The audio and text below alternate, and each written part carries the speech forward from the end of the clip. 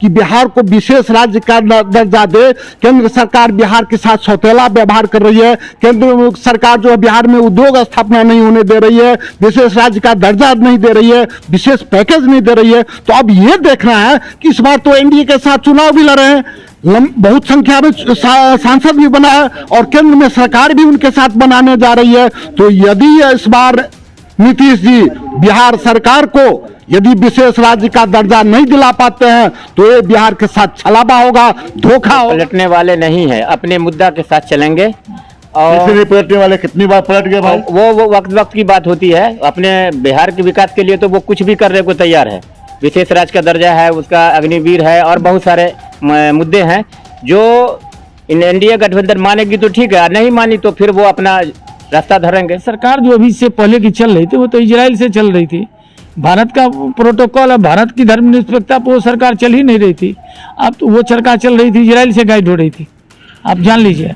जबकि फिलिस्तीन से भारत का रिश्ता कितना अच्छा है ये बताने की आवश्यकता नहीं है। लेकिन वो फैसला, क्रूएल फैसला जिसको कहते हैं, जो देश में नफरती मूवमेंट वाला एजेंडा सब है वो सब समाप्त होगा। यूसीसी पर बात कीजिए, बिल्कुल, जो एनआरसी हो, कोई भी ऐसा मुद्दा हो। अब लोग बात अग्निवीर पर इसलिए करने लगे क्योंकि कांग्रेस का ये एजेंडा, इंडिया का एजेंडा था। अब वो जायज एजेंडा है कि सैनिकों को वो सम्मान मिले जो सरहद पर मरते हैं, तो शहीद का भी सम्मान मिले, और रिटायरमेंट हो तो उसके परिवार को माने पेंशन भी मिले। नीतीश जी भी बदला ले रहे हैं क्या? बदला नहीं ले रहे हैं, वो सच्चाई रख रहे हैं। सलाम दोस्तों, आप देख रहे हैं हिंदुस्तानी मीडिया के साथ मधुबनी संदेश में, आपको शाहिद कामरान।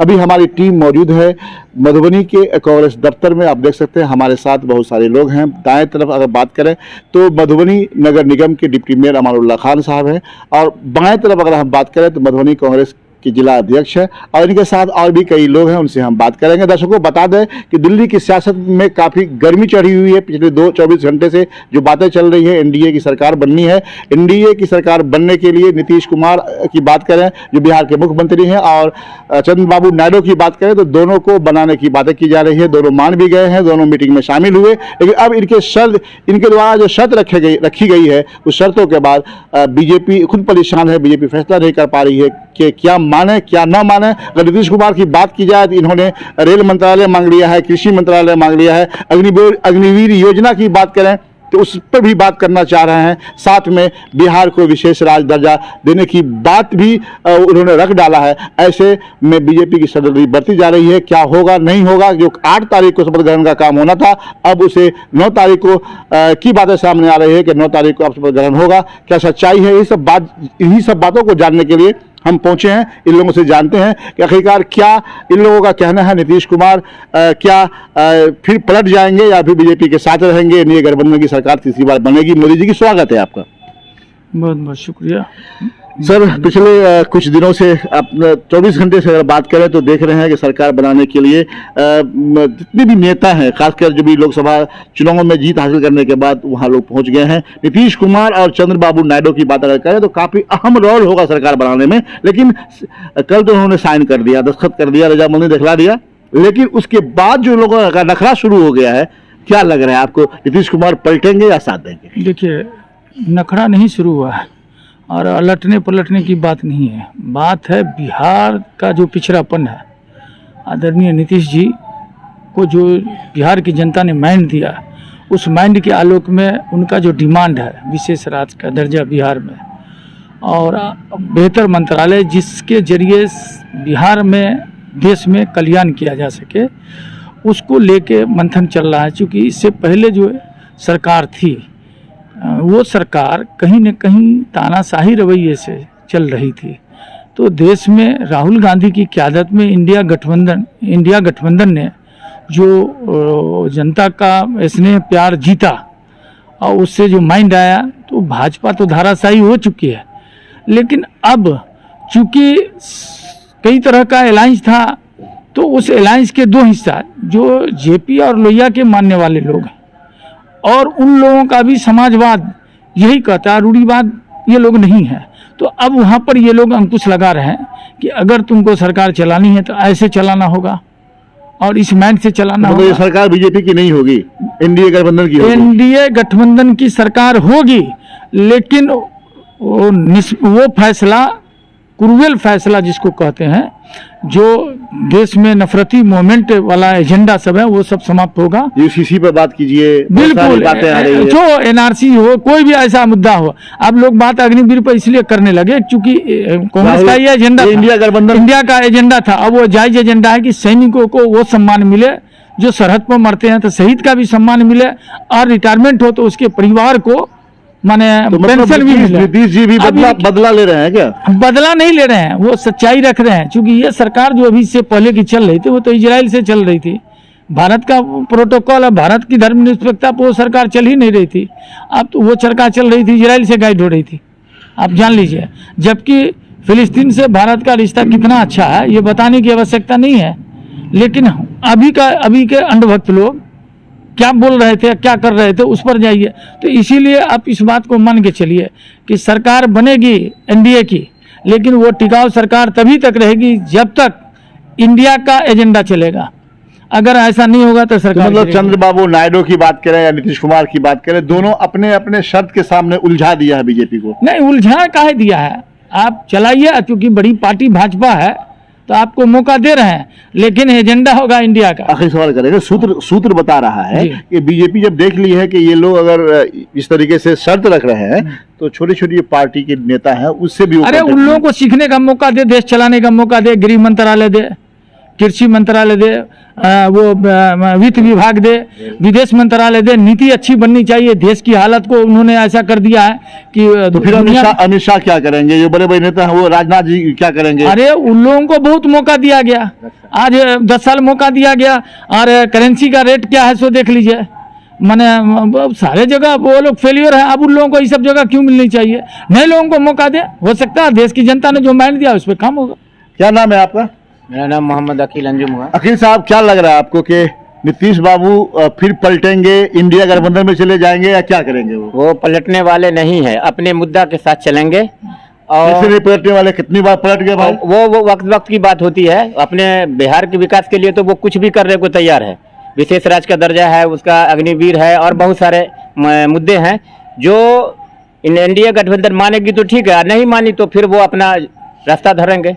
कहाँ धरेंगे रास्ता? इंडिया में, इंडिया की तरफ आएंगे। वो तेजस्वी यादव बोल रहे हैं कि चाचा हमारे साथ है, मतलब आप लोगों को भी पहले जानकारी ऐसा लगता है हम लोगों को भी कि वो आएंगे। फिर जब मुद्दा उनका नहीं उधर पूरा होगा तो इधर आएंगे। इधर तो मुद्दा बिहार क्लियर है, इधर तरक्की चाहते हैं, बिहार के लोग तरक्की चाहते हैं, रोजगार चाहे बेरोजगारी। वो 5 किलो अनाज तो उधर दे रहा था, अब इधर इंडिया की बनेगी तो 10 किलो मिलेगा। खटाखट जो बात चल रही थी 85 वो चलेगा 1 जुलाई से, इंडिया की गठबंधन सरकार बनेगी तो। आपका क्या नाम हुआ? धनेश्वर ठाकुर। आपका क्या कहना है, नीतीश जी पलटेंगे? ना कैसे पलटेंगे? नहीं पलटेंगे। नहीं पलटेंगे। आपको लग रहा था वो टाइट है? हाँ, अगर उनकी मांग नहीं, जिस तरीके से केसी त्यागी जी बोल रहे हैं, तो नीतीश जी क्या, तो कोई भी पलट जाएंगे।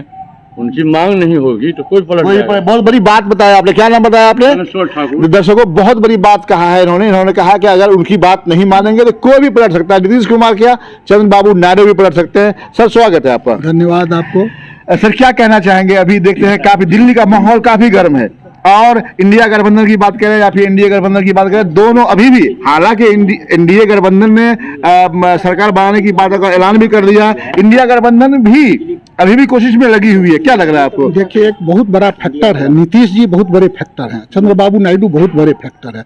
आपको मानना पड़ेगा कि नीतीश जी आज तक तो अपनी सहूलियत के हिसाब से जो है इधर से उधर गए हैं, या मुख्यमंत्री बनने की बात, या मुख्यमंत्री बनने की बात हो तो किसके साथ उनको सहूलियत होगी, वो पलट जाएंगे। लेकिन इस बार वो जो पलटे हैं उसका मुख्य कारण नीतीश जी इस बार जो पाला बदले हैं, बिहार के लिए, वो बिहार के लिए पाला बदले हैं। और दूसरा कि उनका ये सोच था कि हम ज्यादा से ज्यादा सांसद लेकर के बिहार में आए ताकि केंद्र की सत्ता पर हमारी जो है कंट्रोल हो। और अब ये देखना है कि नीतीश जी की जो विजन है, जो उनका विचार है, आज तक जिसे एनडीए के शासन से उन्होंने जो मांग रखी कि बिहार को विशेष राज्य का दर्जा दे, केंद्र सरकार बिहार के साथ सौतेला व्यवहार कर रही है, केंद्र सरकार जो है बिहार में उद्योग स्थापना नहीं होने दे रही है, विशेष राज्य का दर्जा नहीं दे रही है, विशेष पैकेज नहीं दे रही है। तो अब यह देखना है कि इस बार तो एनडीए के साथ चुनाव भी लड़ रहे हैं, बहुत संख्या में सांसद भी बना है, और केंद्र में सरकार भी उनके साथ बनाने जा रही है। तो यदि इस बार नीतीश जी बिहार सरकार को यदि विशेष राज्य का दर्जा नहीं दिला पाते हैं तो ये बिहार के साथ छलावा होगा, धोखा होगा। तो हम चाहते हैं कि नीतीश जी अपनी बात पर अड़े रहें और बिहार की विकास के लिए चाहे वो किसी के साथ रहें, बिहार की विकास प्राथमिकता में होनी चाहिए। नहीं पलटे वो अडिग रहे। हम तो हमारी तो पहली सोच है कि बिहार का विकास, और बिहार की विकास के लिए जो बातें उन्होंने शर्तें पहले रखी है उसी शर्त के हिसाब से जब वो एनडीए में अभी गए हैं तो उनको चाहिए कि बिहार को अगर विशेष राज्य का दर्जा मानती है भाजपा तो भाजपा के साथ वो सरकार में जाए। यदि विशेष राज्य का दर्जा बिहार को नहीं मिलती है, विशेष पैकेज नहीं मिलता है, तो नीतीश जी को फौरन अपनी बातों के शर्तों के हिसाब से वापस आ जाना। बहुत बड़ी बात बताया है मनोज मिश्रा ने। उन्होंने कहा है कि नीतीश जी पाला जब भी बदले अपने मतलब और अपने मकसद के लिए, मतलब गद्दी के लिए बदला था। अभी जो वो बात कर रहे हैं वो बिहार के लिए बात कर रहे हैं। इनका कहना है कि वो अडिग हैं, बदले नहीं उस वक्त तक जब तक कि सरकार बात नहीं मानती है। और अगर एनडीए गवर्नमेंट का फॉर्मेशन होता है और इनकी बातों को नहीं मानती है तब वो सोचे, फैसला करे, वापस आए। इसका इशारा ये है कि तब इंडिया गठबंधन की तरफ जाए। हम बात करते हैं, हमारे साथ एक शख्स और हैं, इनसे हम बात करते हैं। क्या लगता है आपको नीतीश जी के बारे में? देखिए, नीतीश जी तो चाहते हैं कि बिहार का विकास हो, लेकिन ये दोनों जो हैं, नीतीश और नायडू, दोनों हैं समाजवादी आदमी हैं। आज कांग्रेस भी उसी पैटर्न पर आ गई है। जो आरक्षण का मामला हो, चाहे जिसका मामला हो, पिछड़ा वर्ग का मामला हो, सारे चीज़ का उसी के पैटर्न पर ये जो है बात रख रहे हैं। बिहार विशेष राज्य की दर्जा की बात है, उसकी बात वह रख रहे हैं जो बरसों से है। इस बीच में मैं एक बात कहना चाहता हूँ, ये इंडिया गठबंधन जब बना है तब से ही वह डरा है। कौन डरा है? डरा है एनडीए, डरा है, एनडीए डरा है, मोदी डरा है। आज तक 10 साल में मोदी जो शासन किया है और अब तक जितने भी प्रधानमंत्री बने हैं, सबसे वर्स्ट प्रधानमंत्री के श्रेणी में उसको गिना जा सकता है। आप कुछ दिन पहले जो लास्ट इलेक्शन हुआ है जिसमें मनमोहन सिंह ने जो बातें कही है कि अभी तक जितने भी प्रधानमंत्री बने हैं इसमें सबसे गलत प्रधानमंत्री के रूप में इसका नाम शुमार किया जाएगा। लेकिन ये लोगों में झूठ बोल करके सारी बातों को झांपते हुए शासन कर रहे थे। लेकिन इस बार राहुल गांधी की जो योजना है, जो अभी देश में अगर लागू हो तो कहीं भी किसी तरह की कोई बात भी नहीं होगी। राहुल गांधी का जो योजना है, चाहे वह 8,000 रुपये की बात हो, चाहे वह जिस तरह का योजना, खैर आपकी सरकार तो बनी नहीं, इसलिए हमारी बनी नहीं, लेकिन आज उसी मुद्दे पर केसी त्यागी ने कहा कि अग्निवीर योजना जो है सो खत्म किया जाए। और ये राहुल गांधी की ही बात है।